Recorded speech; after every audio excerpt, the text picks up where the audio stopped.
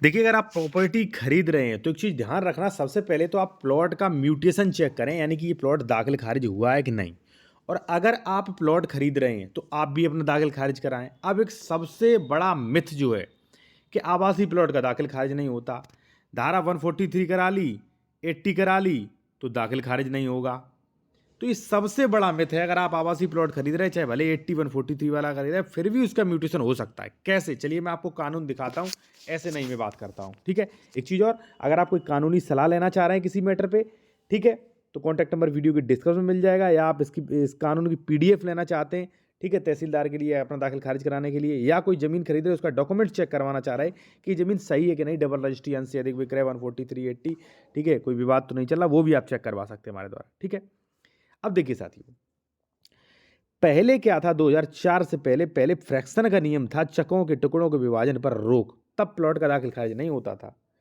लेकिन अब ये नियम जो है वो खत्म कर दिया। अब चकों के टुकड़ों के विभाजन पर कोई रोक नहीं है। इसलिए अगर मेरा 10 बीघा का नंबर है, मैंने यहाँ पे छोटा सा एरिया बेचा, तो उसका दाखिल खारिज होगा भाई। अब ये लिखा कहाँ है? बिना लिखे कैसे काम चलेगा? देखिए ये लिखा है, यहाँ पे देखिए कि धारा 80 के अधीन प्रत्येक घोषणा को, धारा 82 के अधीन रद्दकरण को अधिकार अभिलेखों में, यानी कि खतौनी में यथाविहित रीत से अभिलिखित किया जाएगा।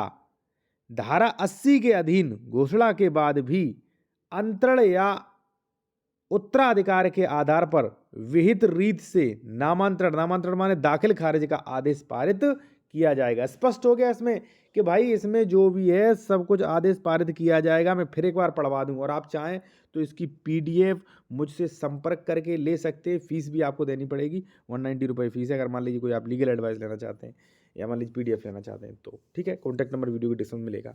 फिर मैं आपको बता दूं कि धारा 80 के अधीन प्रत्येक घोषणा, अब दायरे की धारा 80 के अधीन आवासीय की घोषणा तो होगी, ठीक है, या कोई रद्द कर ले उसके अधीन घोषणा है।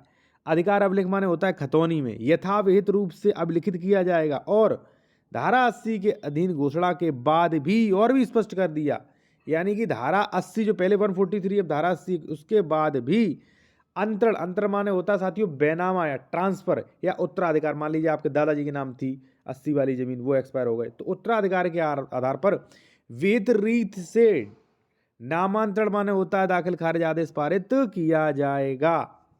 तो अगर आपके वकील साहब नहीं मार रहे, ठीक है, तहसीलदार साहब नहीं मार रहे, तो एक बार कोशिश करें कि उन्हें ये PDF दें, या उन्हें इन कानून के बारे में बताएं।